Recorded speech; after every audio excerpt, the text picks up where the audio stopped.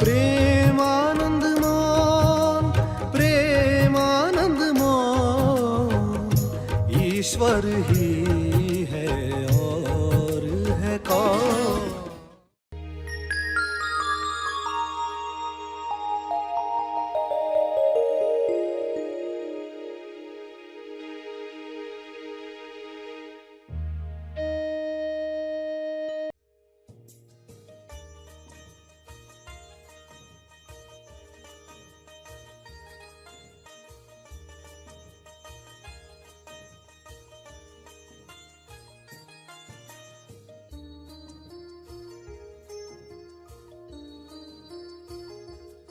तो गीता को कृष्ण की चेतना में डूबकर पढ़ोगे, जब उस चेतना को जानकर कृष्ण बनकर ही कृष्ण के दृष्टिकोण से पढ़ोगे तो आपको पूरी समझ में आने वाली है।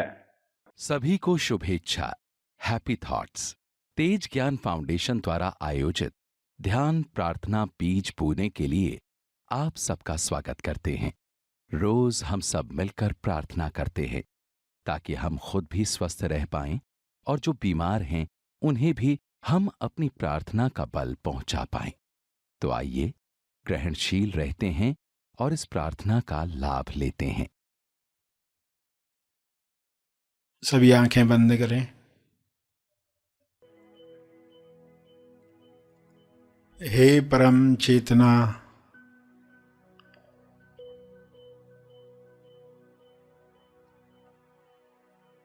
सभी तालमेल में आ जाएं। सभी ईश्वरीय सत्ता के तालमेल में अपने तोलू मन पर विजय प्राप्त करें। तोलू मन पर विजय पाप पुण्य पर विजय है,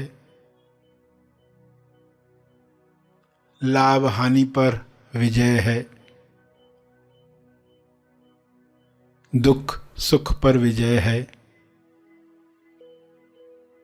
सम्मान अपमान पर विजय है।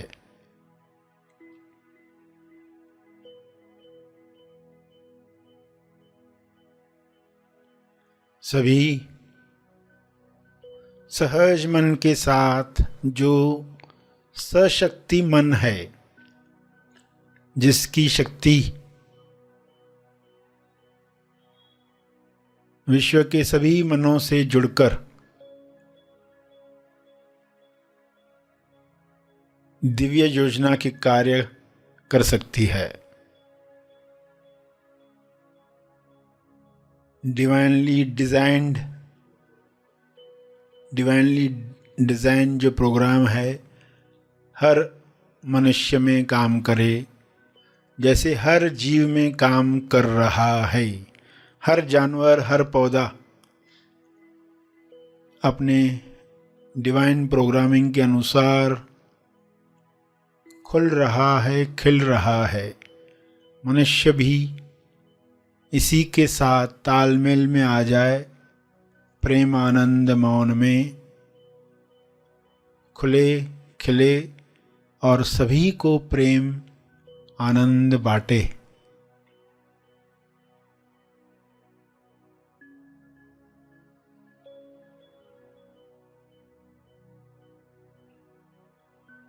सभी अपनी शक्तियों को पहचाने। जब इंसान अपनी शक्तियों को जान जाता है तब दूसरों से छीनने का कार्य नहीं करता, दूसरों से ईर्ष्या करके खुद को दुख नहीं पहुंचाता। ईर्ष्या द्वेष घृणा से बीमारियों को आकर्षित नहीं करता। हे परमात्मा, हर मनुष्य से नफरत द्वेष घृणा डर समाप्त हो जाए ताकि सारी बीमारियां समाप्त हो जाएं।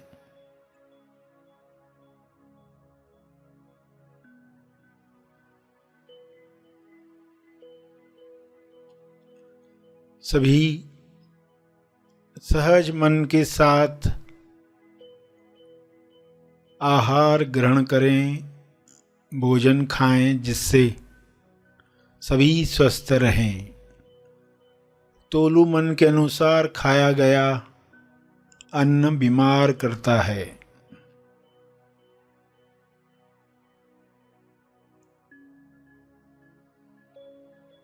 स्वाद में अस्वाद में अटका तोलू मन स्वास्थ्य से दूर जाता है।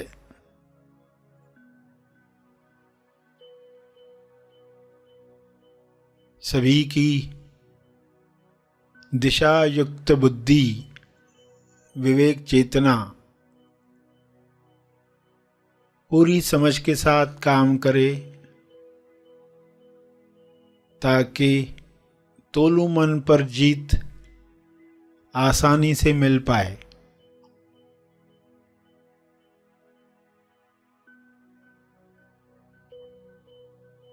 ऐसा संसार जहाँ तोलू मन का रोल समाप्त हुआ है, उच्चतम विकसित समाज है।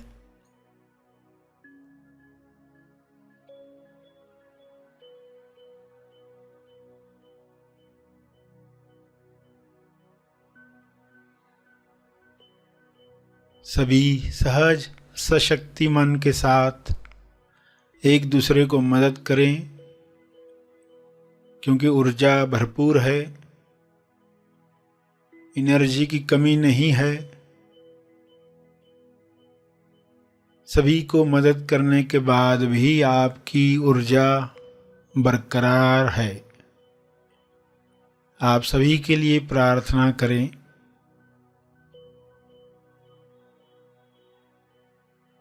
जो भी मनुष्य स्वस्थ हुआ है वह प्रार्थना करे, औरों के लिए प्रार्थना करे, सभी को अपने तप का बल प्रदान करे, सभी को आपके स्वास्थ्य का लाभ मिले, सभी को आपके तप का लाभ मिले।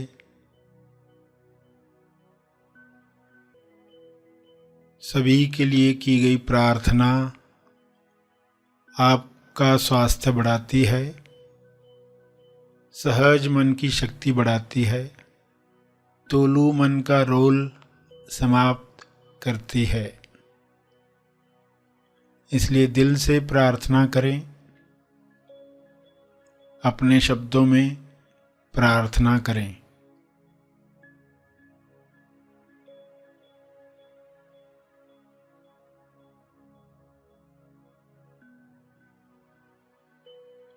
विश्व के सारे लोगों पर शुभ्र प्रकाश इस तरह फैल जाए कि तोलू मन समाप्त हो जाए, कल्लू मन पिघल जाए, रहे केवल सहज मन, दिशायुक्त बुद्धि, शुद्ध इंद्रियां, निर्मल मन, स्वस्थ शरीर।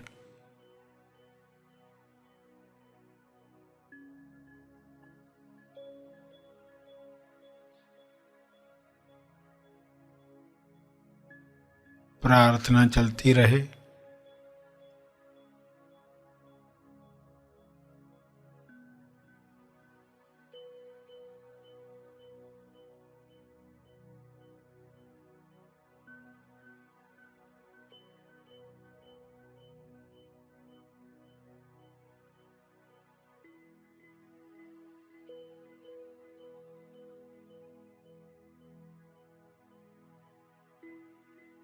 अंत में अपने तप का बल, जो बल अर्जित किया है आपने ध्यान से, प्रार्थना से, समझ से, वह अर्जित बल सबको लाभ दे। इस शुद्ध भाव से तपर्पण करें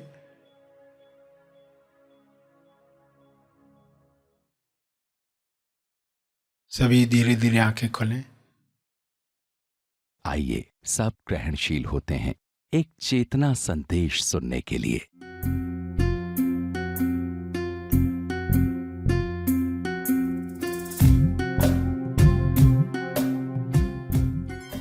तो गीता को कृष्ण की चेतना में डूबकर पढ़ोगे, जब उस चेतना को जानकर कृष्ण बनकर ही कृष्ण के दृष्टिकोण से पढ़ोगे तो आपको पूरी समझ में आने वाली है।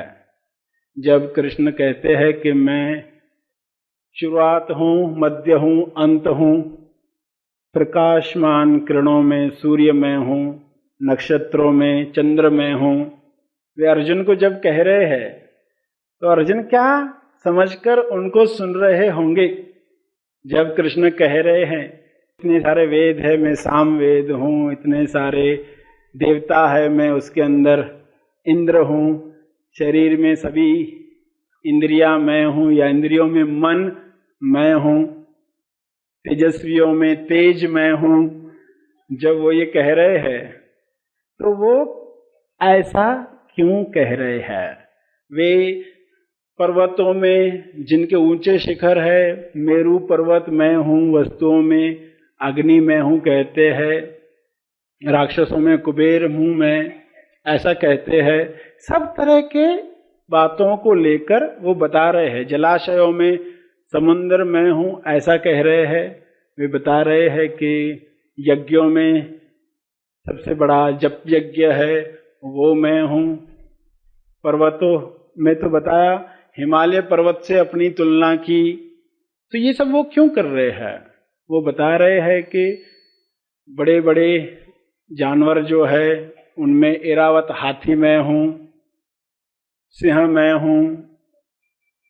ऐसा बताते वक्त हर कैटेगरी का एक विशेष प्राणी लेकर, सबसे श्रेष्ठ चीज लेकर वे अर्जुन को बता रहे हैं कि ये मैं हूँ।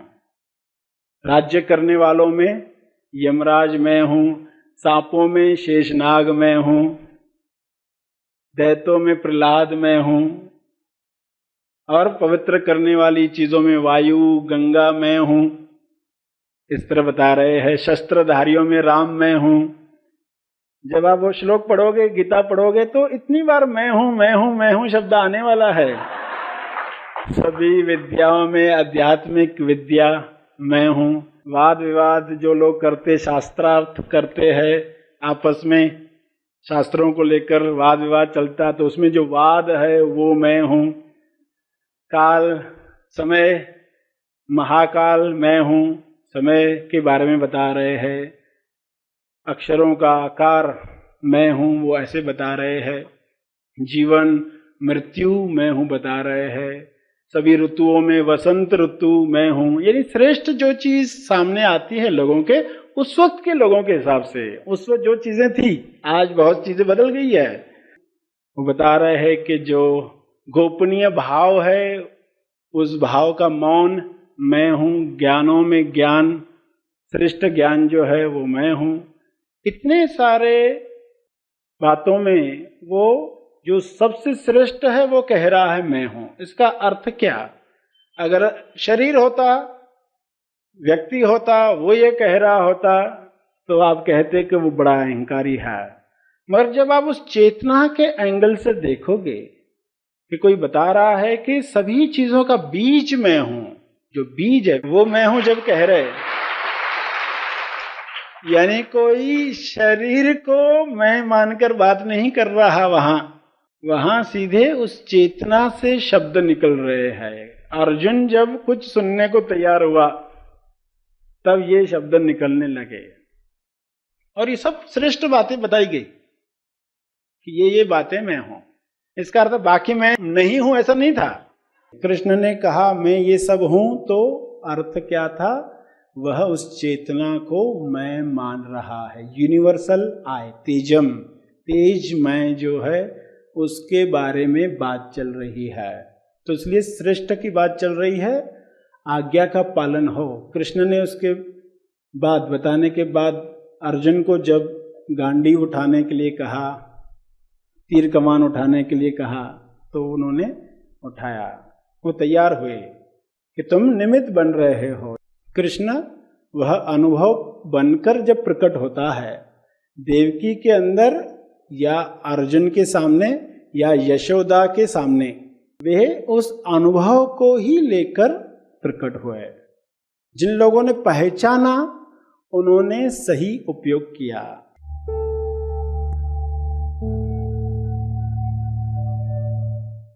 प्रार्थना और मार्गदर्शन का सभी ने लाभ लिया। आइए यहीं पर समाप्त करते हैं, कल फिर मिलेंगे।